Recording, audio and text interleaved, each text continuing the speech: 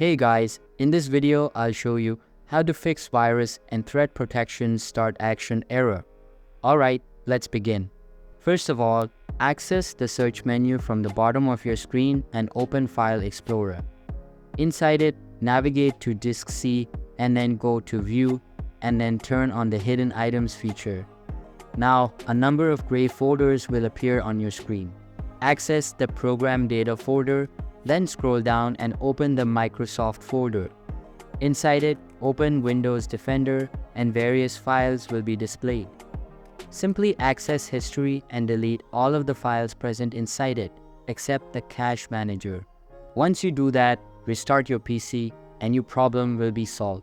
So that's basically how you can fix virus and threat protection start action error.